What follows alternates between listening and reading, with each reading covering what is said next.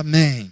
Vamos ler a palavra de Deus. Marcos 15, verso 1 diz assim: de manhã bem cedo, isso diz respeito a uma sexta-feira, os chefes dos sacerdotes com os líderes religiosos, os mestres da lei e todo o sinédrio chegaram a uma decisão.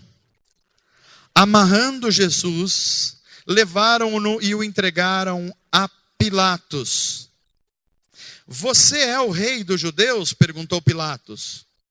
Tu o dizes, respondeu Jesus. E os chefes dos sacerdotes o acusavam de muitas coisas.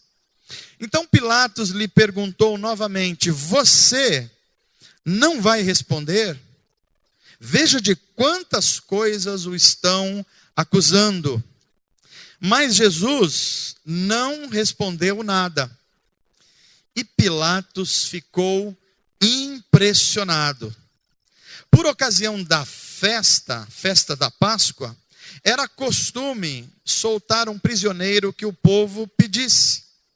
Um homem chamado Barrabás estava na prisão com os rebeldes que haviam cometido assassinato durante uma rebelião. A multidão chegou e pediu a Pilatos que lhe fizesse o que costumava fazer. Vocês querem que eu lhe solte o rei dos judeus? Perguntou Pilatos, sabendo que fora por inveja que os chefes dos sacerdotes lhe haviam entregado Jesus. Mas os chefes dos sacerdotes incitaram a multidão a pedir que Pilatos, ao contrário, soltasse Barrabás e não Jesus. Verso 12: então que farei com aquele que vocês chamam rei dos judeus? Perguntou Pilatos. Crucifica-o, gritaram eles. Por quê? Que crime ele cometeu? Perguntou Pilatos. Mas eles gritavam ainda mais: crucifica-o, desejando agradar a multidão. Pilatos soltou-lhes Barrabás, mandou açoitar Jesus e o entregou para ser crucificado. Amém.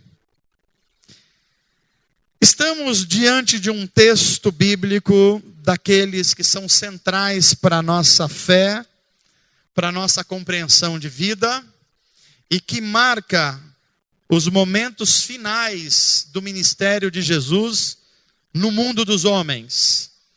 Nós estamos naquela fatídica semana, aquela semana que nós já pregamos aqui durante vários domingos, que começa com Jesus sendo recebido em Jerusalém, e depois se sucedem uma série de acontecimentos durante a semana.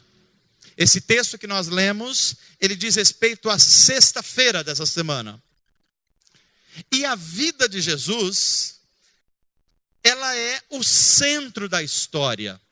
Eu sei que alguém que não é cristão, ou alguém que não é evangélico, nos ouve falar disso, e certamente pode achar que nós somos exagerados. Quando nós falamos a vida de Jesus, a sua obra, a sua morte, a sua ressurreição, é o centro da história.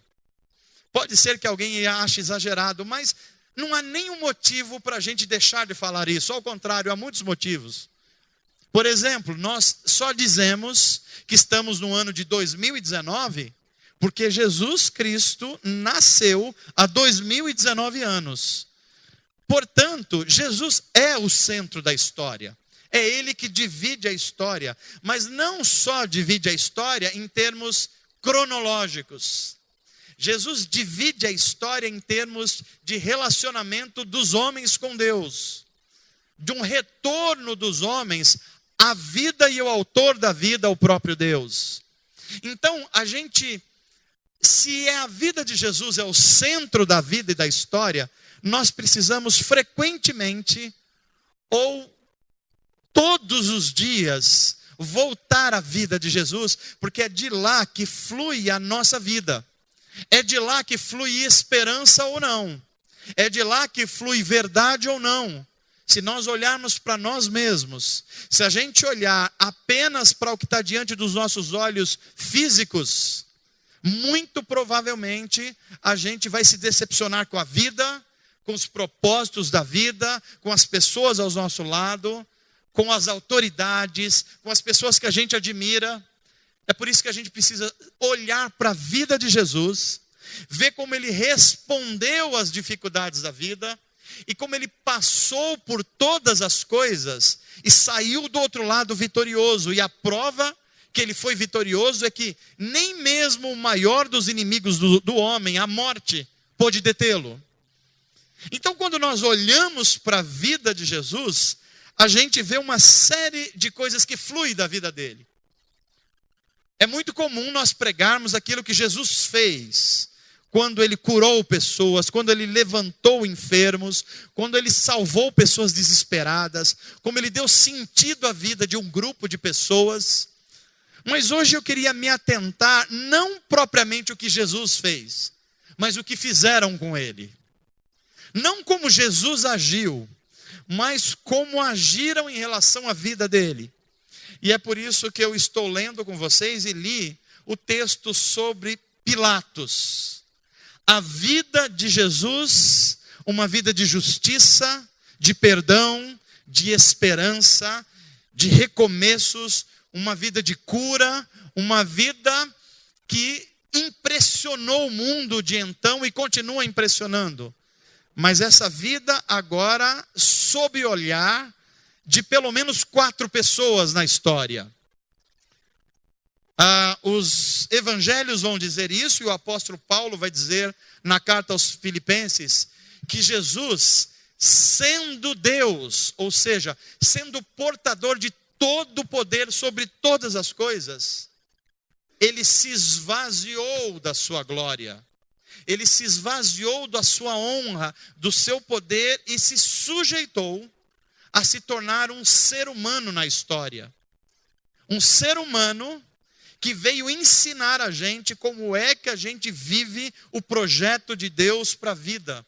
Como é que nós podemos viver uma vida em completa obediência à lei de Deus? Como que a gente pode imitar Deus em tudo o que a gente faz?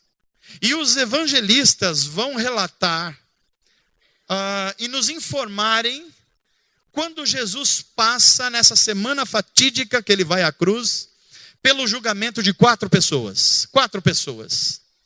A primeira pessoa pela qual Jesus passa pelo julgamento é quando ele é preso na quinta-feira à noite. Você sabe, Jesus ministra a ceia na quinta-feira à noite. Depois disso ele vai a um horto florestal chamado Getsemane.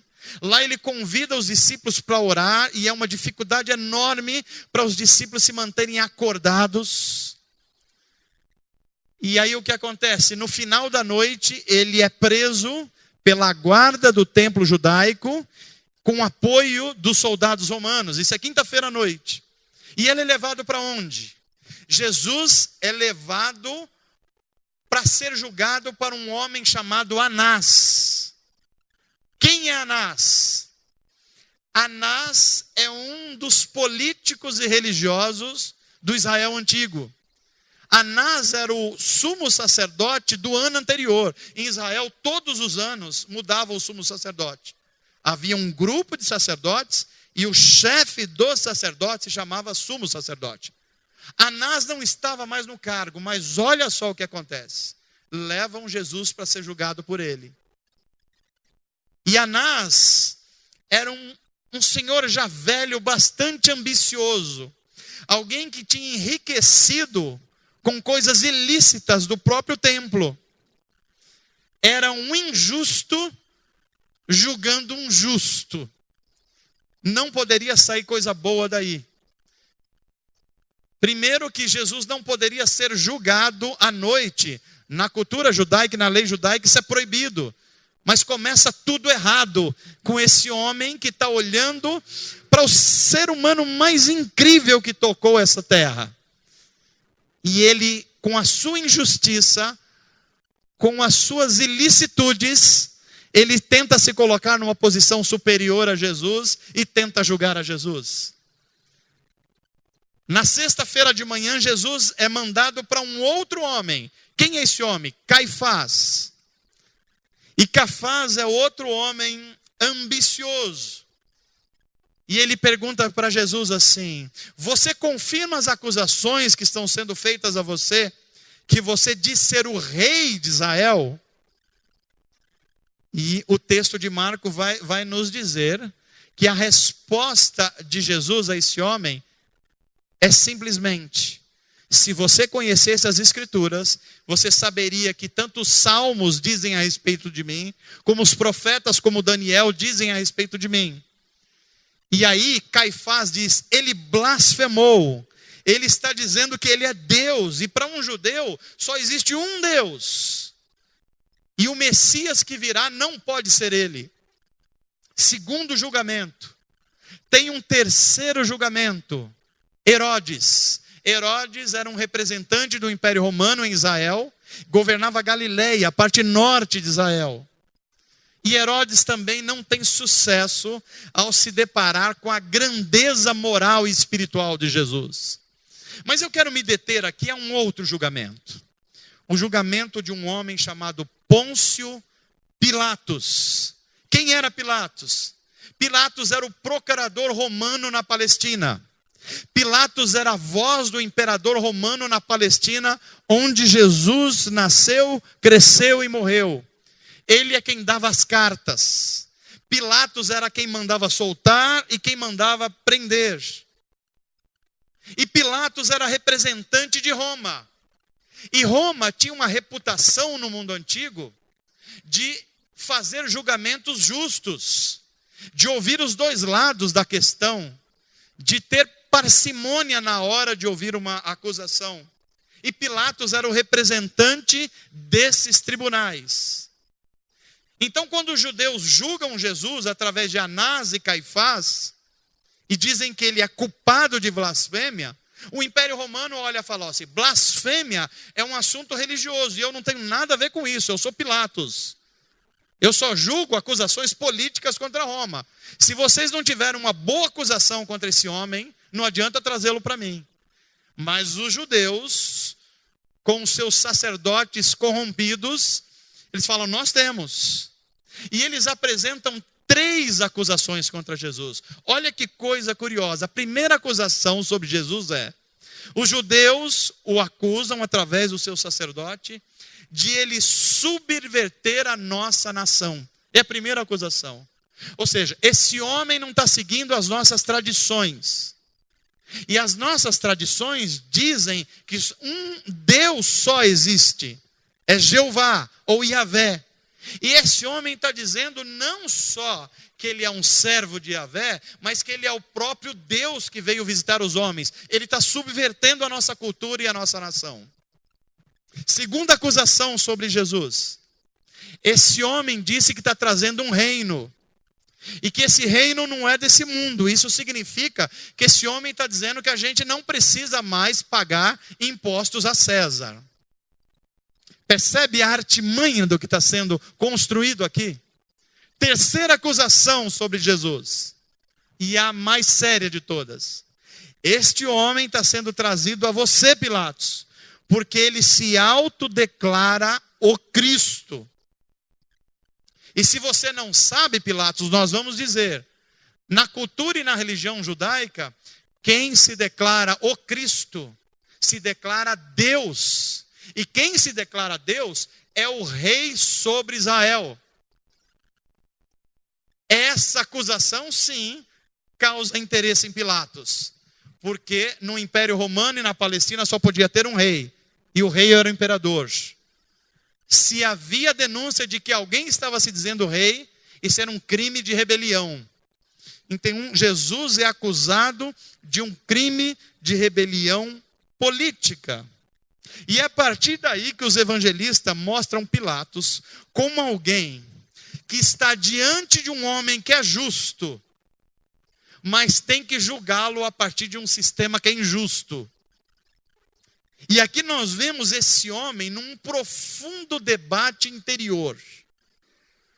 Pilatos agora está diante da sua ética, da sua moral, do seu poder político, com poder nas mãos de colocar alguém na prisão e levá-lo à morte ou libertá-lo.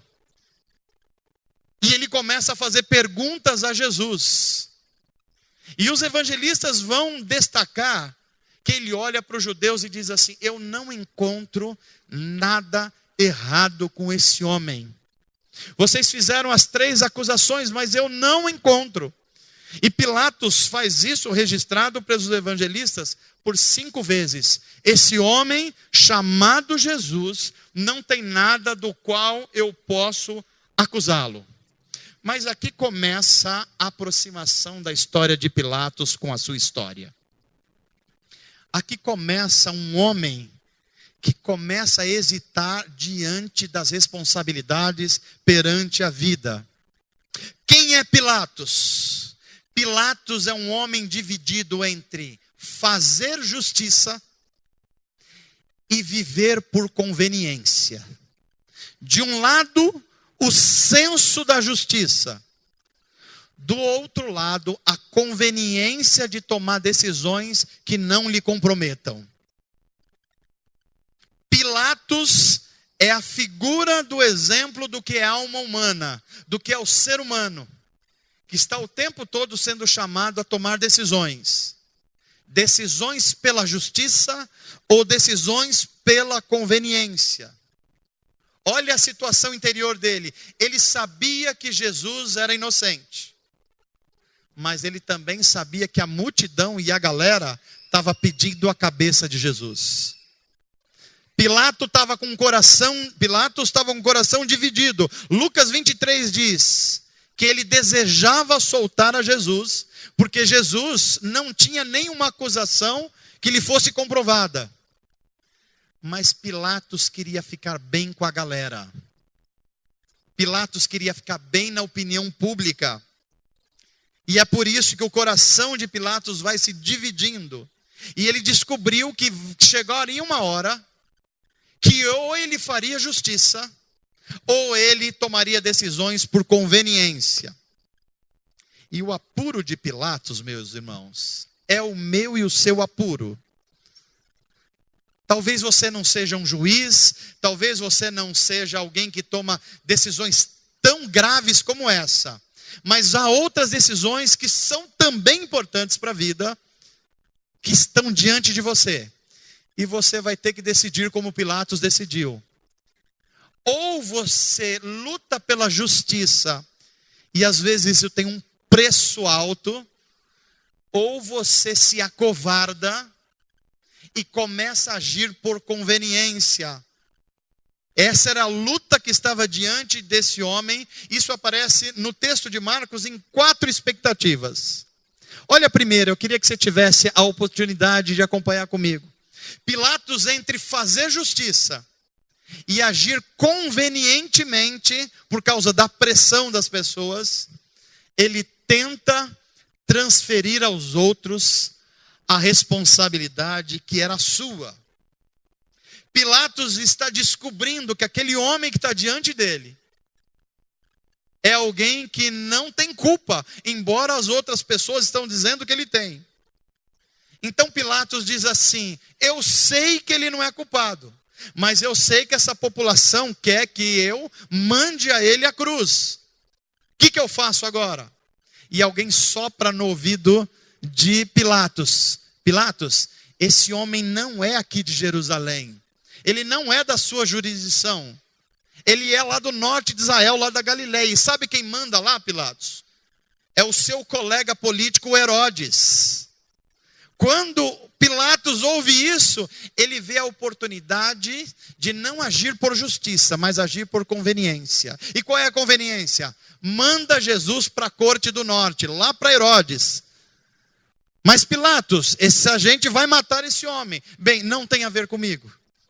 Isso está fora da minha alçada agora. Se ele é justo ou não é justo, é o Herodes que vai lidar com ele. Primeira revelação de um coração dividido.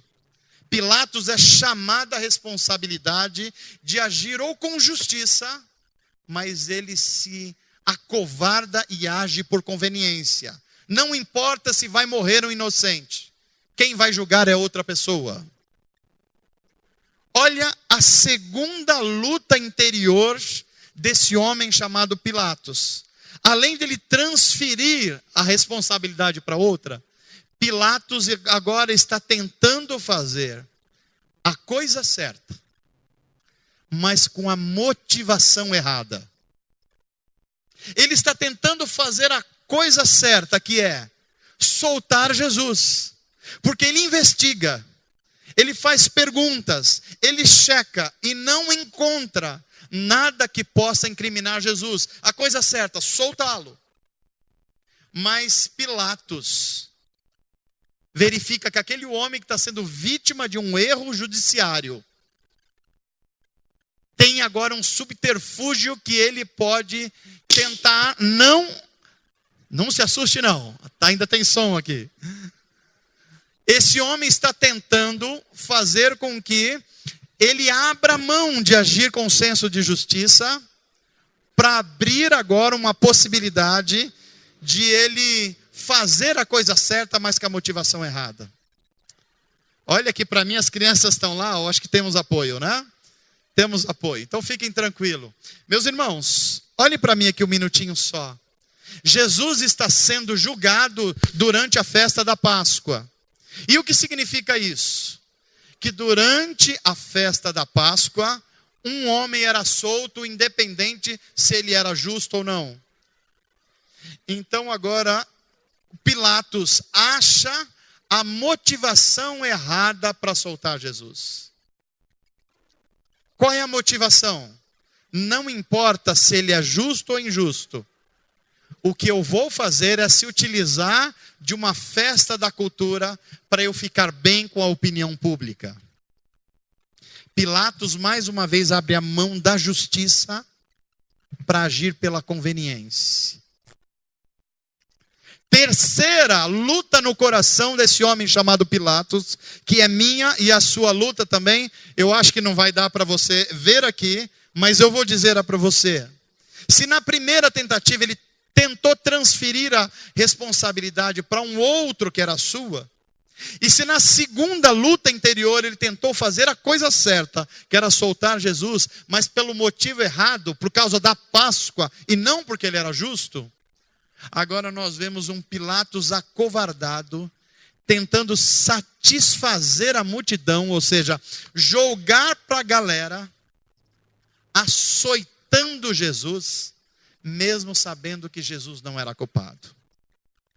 A multidão pede, crucifica-o. Ele diz, eu não posso crucificar. Por que não pode, Pilatos? Porque ele é justo. A vida dele não tem nada que o acuse.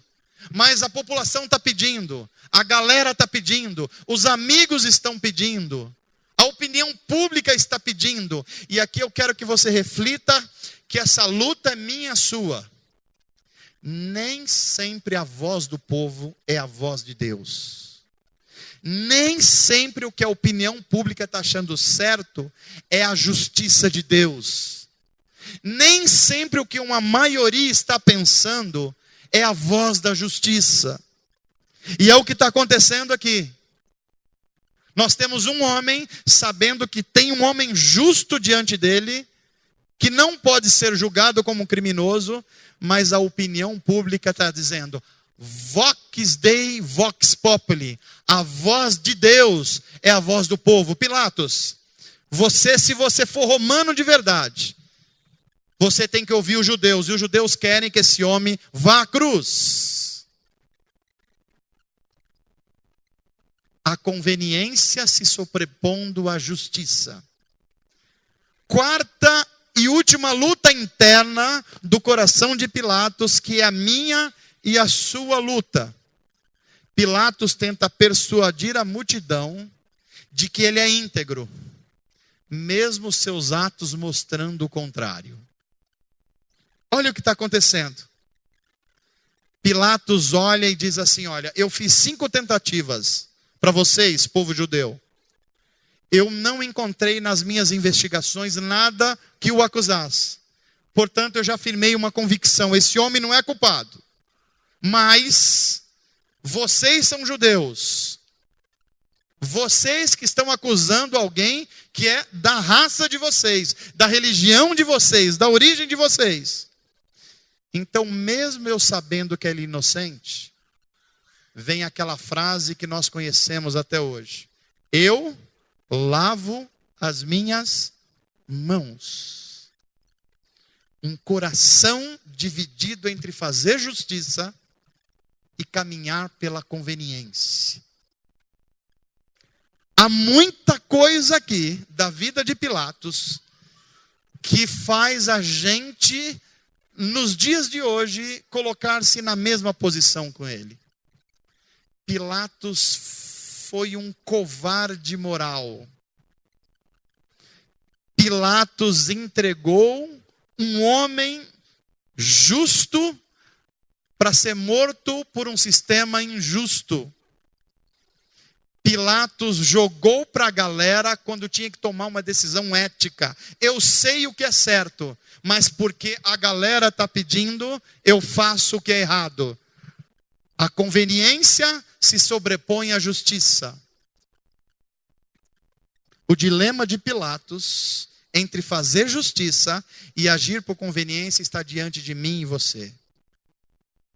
Pense no primeiro dilema dele. Quando nós estamos diante de algo que é grave para nós, que é difícil para nós, há uma grande tendência no meu coração e no seu coração a não agir pela justiça, mas agir pela conveniência. E a gente, em alguns assuntos, a gente diz assim, não é problema meu. Não diz respeito a mim. Você quer ver a prova disso? Quer ver como a gente pode agir com conveniência e não justiça num ato de agora à noite?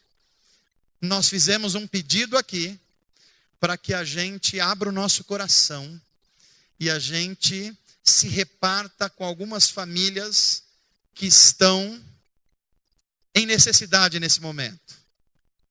Você está diante de uma decisão de fazer justiça ou de agir convenientemente. O que é fazer justiça? É você se lembrar que todo homem, toda mulher e toda família é a imagem de Deus. E se é a imagem de Deus, precisa dos cuidados de Deus através do povo de Deus. Isso é fazer justiça. Não é fazer favor, é fazer justiça. Agora a gente pode ser tentado a agir por conveniência. E a gente pode arrumar muitas desculpas justas para não fazer justiça. A gente pode falar assim, olha, não, eu já ajudei uma pessoa nesse mês. É bastante conveniente isso.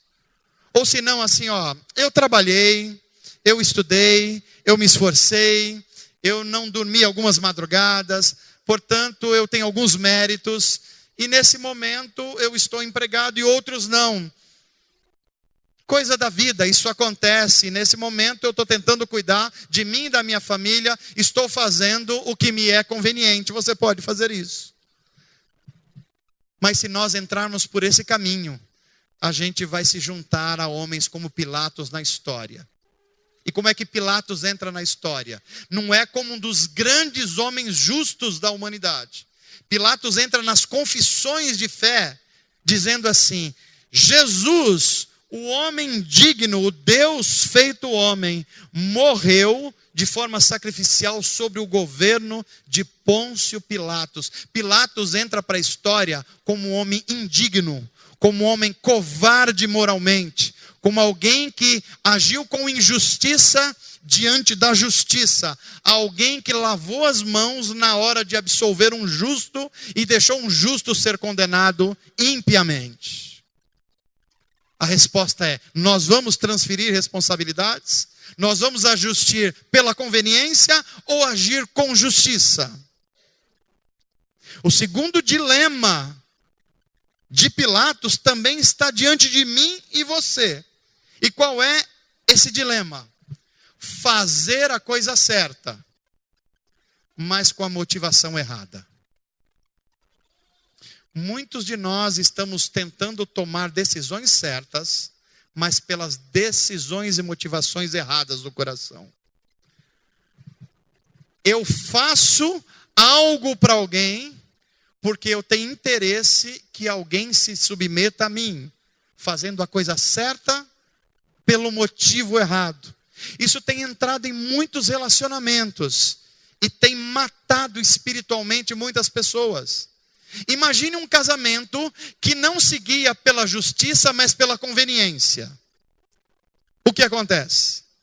Imagine um casamento em que o homem e a mulher não olham para o outro como alguém que você está direcionado para se repartir em serviço e amor. Imagina uma mulher ou um homem que pensa assim: olha, eu estou casado com você, mas quando houverem problemas com você e com a sua família, eu não tenho nada a ver com isso, porque eu já tenho os meus problemas e as minhas famílias. Isso é agir certo quando ajudar, mas pelo motivo errado. É falar: ó, eu vou te ajudar, mas na hora que eu precisar, você tem que fazer tudo por mim. A ajuda é certa, mas pelo motivo errado. Se nós fizermos isso, nós estamos nos juntando a homens como Pilatos, que diante de uma necessidade da vida, a gente age cinicamente e diz assim: olha, eu vou te ajudar agora, mas depois eu vou cobrar isso de você. Terceiro dilema de Pilatos está diante de mim e de você também. E qual era o dilema? A tentação de, diante de um chamamento da vida, a gente jogar para a galera. É impressionante como eu e você, somos tentados a isso. Eu estava vendo hoje uma reportagem na televisão no começo da tarde. E eu estava almoçando com a Giz e falando: Giz, olha o que é o espírito dessa época. Olha como essas coisas estão entrando nas nossas casas, engolindo a gente sem que a gente perceba. E olha como é fácil jogar para a galera. Hoje estava um cantor dos mais famosos na televisão, talvez o maior fazedor de hit do Brasil, dando uma entrevista, e aparece ele hoje casado com um menino de 20 e poucos anos. Gente, eu não estou fazendo aqui, já vou dizer, nenhum discurso moralista. As pessoas podem tomar as decisões que elas quiserem e depois elas vão responder diante de Deus e da vida. Não é disso que eu estou falando. O que eu estou falando é como é fácil jogar para a galera. E ele estava dando a entrevista e dizia assim: me aconteceu num momento de sorte, do jeito que eu nunca fui amado por outras mulheres, eu conheci esse garoto, e agora sim eu descobri o que é a vida, o que é o amor, e agora ele me fez uma declaração de amor X, e ele leu a declaração de amor, e o auditório veio abaixo. Como é fácil jogar para a galera. Como é fácil você agir convenientemente.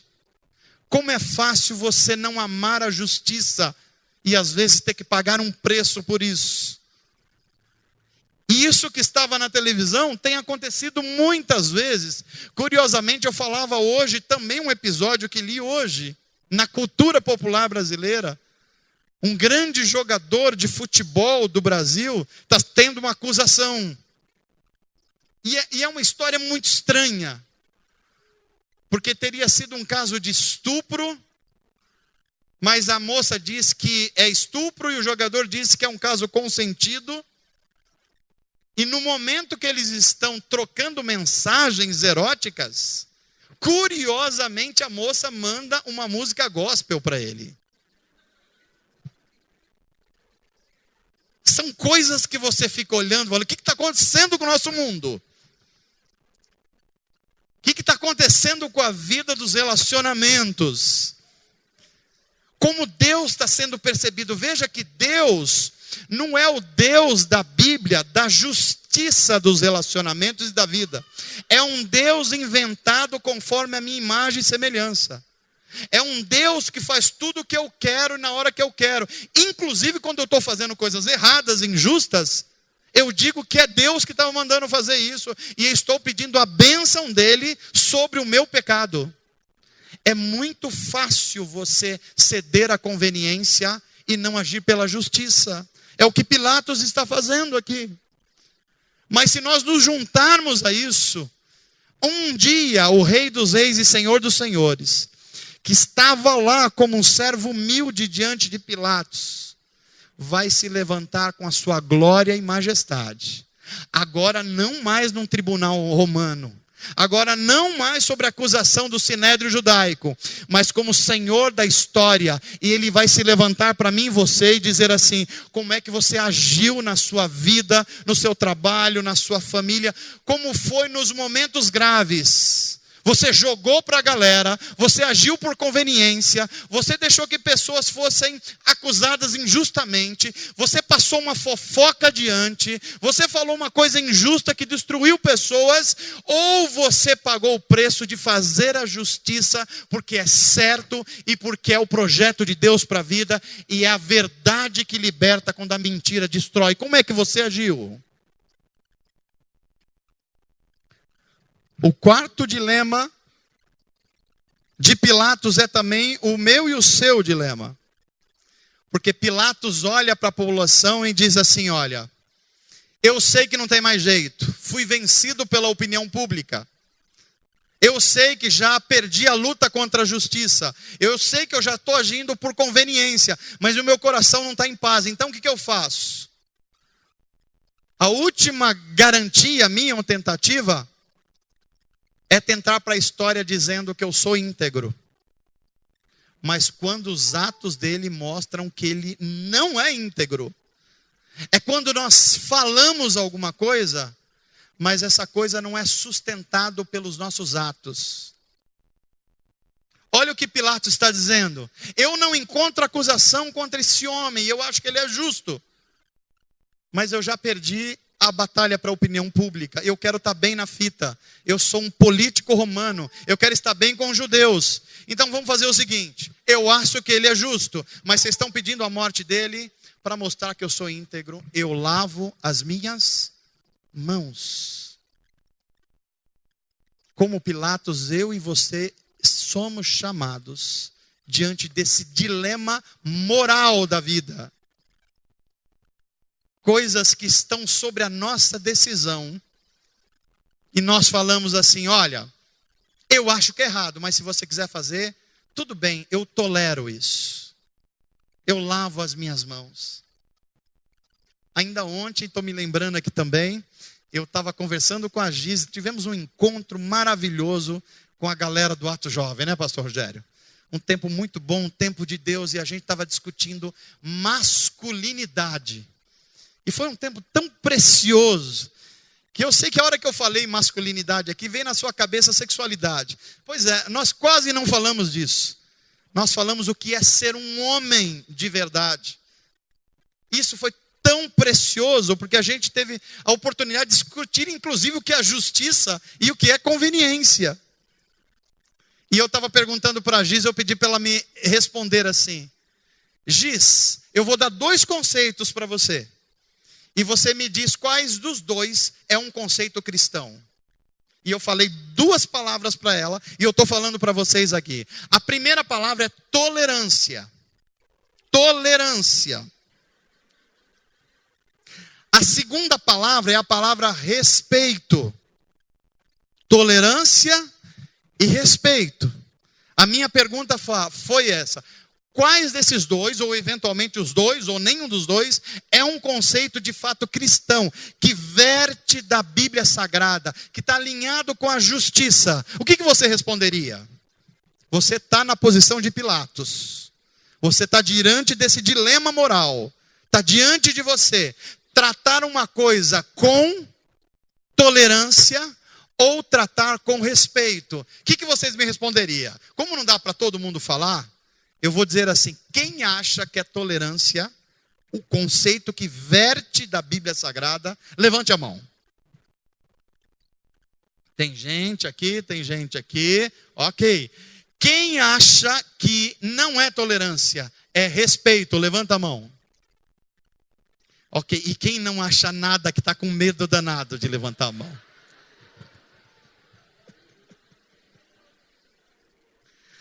Pense comigo, porque você pode estar diante desse dilema moral. O que é tolerância, gente? Que é uma palavra tão usada na cultura popular hoje. Ou seja, as pessoas são diferentes, é o discurso de hoje. A diversidade. As pessoas pensam diferente. Elas têm profissões diferentes. Elas têm ideologias diferentes. Elas têm sexualidades diferentes. Têm gêneros diferentes. Tem um monte de coisas diferentes. Portanto, um sujeito, para estar bem diante da sociedade hoje, diante da multidão que está clamando, diga assim: tolere todas as coisas e todas as pessoas. Porque ser legal é você tolerar tudo. O que é tolerar? É você abrir mão de um senso de justiça em nome de uma conveniência chamado de alguns nomes como diversidade, por exemplo. Agora pense comigo o que é respeito. Pense no que significa a palavra respeito e da onde ela verte. Respeito é você não precisar ser intransigente com ninguém. Quem respeita não precisa brigar com o outro. Respeito também não significa você forçar alguém a fazer uma coisa que você quer fazer, porque aí já não é mais respeito. Aliás, é muito claro isso. Veja uma criança meio mal criada, meio problemática, que o pai fala assim: respeite, menino. Quando ele fala isso, já faz uns 2 anos e meio que a criança não respeita. Porque se ele está precisando fazer isso, não tem mais isso. Eu sei que mudou muito a educação, mas quem tem mais aqui de 40 anos sabe. Como é que a gente entendia respeito com os nossos pais? Precisava falar, gente?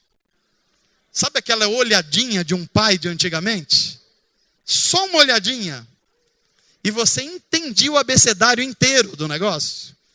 Compreendia que tinha que fazer, né? Sabe que vinha alguém visitar a sua casa, colocava o café, e você, criança, doido para tomar o leite lá, o negócio, você ia na primeira xícara, o pai dava uma olhadinha assim, você se afastava da xícara. Tá bom, pai, se precisar só amanhã eu tomo esse leite, tudo bem, já entendi. Respeito. O respeito não é forçar. O respeito é dizer o seguinte: olha, há um Deus, e esse Deus tem um senso de justiça plantado no coração do ser humano. Você quer viver diferente disso? Você pode viver diferente disso. Mas você precisa saber que a verdade é algo que é revelado em Deus para a vida. Se você quiser viver diferente, você não vai ter a minha tolerância. Eu vou respeitar, mas eu quero que você saiba que isso é injusto contra a santidade da vida, contra a santidade de Deus, contra a santidade dos relacionamentos, contra a santidade de tudo que Deus deu para que o ser humano viva para a glória dele. Isso é respeito. É não abrir mão da sua posição moral diante da vida. Diferente de tolerância. Quando você se fixa no respeito, você não precisa forçar ninguém. Mas você coloca a sua posição, que é a posição que verte do autor da vida. Deus zela pela vida. É por isso que Deus manda a gente não fazer algumas coisas. Por quê? Porque faz mal para a gente.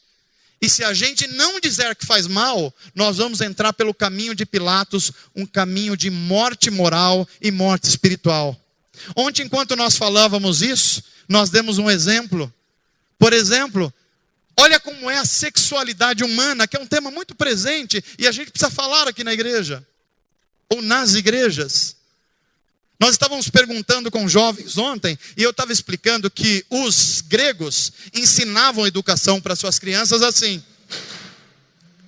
Diferente dos nossos métodos agora, um grego fazia o seguinte: criança pequenininha, ele pegava uma faca e dizia para a criança assim: para que serve essa faca? A criança ia dizer assim: para que serve uma faca? Para cortar. Então cortar é o telos, a finalidade da faca. Eles pegavam uma cadeira e mostravam para a criança e diziam assim: para que serve essa cadeira? O que a criança respondia? Para sentar. E aí eles começavam a elevar o nível e dizia assim: para que serve a sexualidade? Olha como eles ensinavam as crianças. Os gregos tinham uma resposta para isso, os judeus tinham outra. Os judeus, aprendendo com a Torá, diziam assim: a sexualidade foi dada por Deus para maturidade humana, por isso que o homem deixará o pai e a mãe, ou seja, crianças não brincam com sexo, só adultos. Porque o sexo é algo para ser feito dentro de uma aliança de amor. Então, se você não cresceu emocionalmente, espiritualmente, se você não consegue ser líder de uma família, não brinque com sexo, porque você vai se queimar. Segunda coisa, o homem deixa pai e mãe unir-se à sua mulher. Ou seja, conheça a pessoa com quem você vai se relacionar. Saiba do que ela goste. Pergunta para ela se ela quer ter filhos ou não, porque não vai decidir isso depois de 10 anos de casamento, porque vai dar divórcio isso. Conhece, une, pergunta, vê os laços culturais, vê do que ela gosta, do que não gosta. Conhece primeiro, para unir-se à sua mulher. Então o homem deixará pai e mãe, unir-se à sua mulher, e depois o que acontece? O que acontece conforme Gênesis 2? E eles se tornarão uma só carne. Você entendeu? O relacionamento sexual, conforme a Bíblia, em santidade, é depois que acontecem as duas primeiras coisas. Quando esse processo é invertido, e é o que acontece hoje, é ou não é, gente? Um homem que sai para balada hoje, sábado à noite, ele está procurando o quê? Tornar-se uma só carne. Você acha que ele vai se unir à sua mulher depois? Você acha que ele vai ter responsabilidade e maturidade para deixar pai e mãe e assumir como um homem, não um saco de batatas, um relacionamento? Não vai. Dá para a gente entender por que é que nós estamos, aonde estamos como sociedade? Nós estamos lidando com tolerância ou com respeito? Da onde verte o nosso senso de justiça? Pilatos entrou no clima da tolerância. Esse homem é justo, mas o povo está pedindo. Se o povo está pedindo, eu sacrifico a justiça pela conveniência do momento. Eu quero ser eleito no próximo pleito aqui na Palestina, então eu vou com a galera. O problema é que ir com a galera, às vezes é ir contra Deus. E a Bíblia vai dizer que nem sempre a voz de Deus é a voz dos homens, e nem sempre a voz dos homens é a voz de Deus. O dilema que está diante de mim e você é: nós vamos afirmar coisas com a nossa boca, mas vamos negar com as nossas atitudes? Pense nas coisas que são populares no Brasil hoje. Pense nos discursos que são populares no Brasil hoje. Você está como Pilatos diante dessa decisão. Nós estamos falando de justiça ou estamos falando de conveniência? Nós estamos falando de tolerância ou intolerância? Ou nós estamos falando de respeito ou falta de respeito pelo ser humano? Você vai ter que tomar decisões, e eu também. E no final da história, você vai ter que decidir de qual rei você é súdito. Ou você está diante do rei do Império Romano e vai viver a vida se submetendo à pressão da opinião pública, ou você vai olhar para o Rei Jesus, o crucificado, e dizer: aconteça o que acontecer, o meu mestre morreu por lutar pela justiça, e se necessário, eu vou dar o que tiver em mim, para que a justiça seja feita e não a conveniência. Amém, gente? Qual rei você vai se submeter? É o reinado da opinião pública, que vai ao delírio quando um homem, diante da cultura popular, subverte o projeto de Deus para a vida humana? Nós vamos acolher uma corrupção só porque ninguém está vendo? Nós vamos abrir mão de ajudar alguém só porque a gente tem uma boa resposta para a gente se esquivar disso? Você pode se unir a Pilatos e julgar um inocente e entregá-lo à morte. Mas você pode também olhar para Jesus Cristo e dizer assim: se necessário for, eu vou até as últimas consequências. Porque eu estou do lado de Deus e do lado da justiça. E quem está do lado de Deus e do lado da justiça, a ressurreição. Mesmo que a morte, a vida, a morte da reputação, a morte de perder uma oportunidade profissional, mesmo que você perca um namorado, mesmo que você perca uma namorada, mesmo que você perca uma grande oportunidade de ganhar dinheiro, não abra mão da justiça por causa da conveniência. Porque se você andar pela conveniência, o teu rei não é Jesus Cristo. O teu símbolo é Pilatos. E Pilatos entrou na história como um fracassado moral. Porque na hora de fazer a justiça, ele usou a conveniência. Eu termino a minha mensagem hoje dizendo para você: não tente você mesmo se salvar. Pilatos tentou uma autossalvação. Ele tentou ficar bem com Deus e com o sistema antideus, com a justiça e com a injustiça. Se você tentar isso, você não vai conseguir. Mas eu tenho uma excelente notícia para você.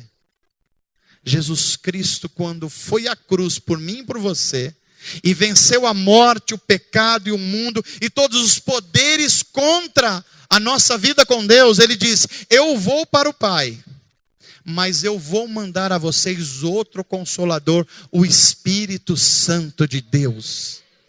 É Ele que mora dentro de você. É Ele que te dá força para você não ceder à conveniência, mas lutar pela justiça. É Ele que faz você ter uma mente fincada na palavra de Deus, que ela é luz para os teus caminhos, e não deixar você ceder às tentações e tentar agir jogando para a galera. Quem anda sobre a palavra de Deus não anda em escuridão, porque ela é lâmpada para os nossos pés e luz para os nossos caminhos. Eu termino a minha mensagem de hoje fazendo um apelo para você. Qual rei você vai seguir?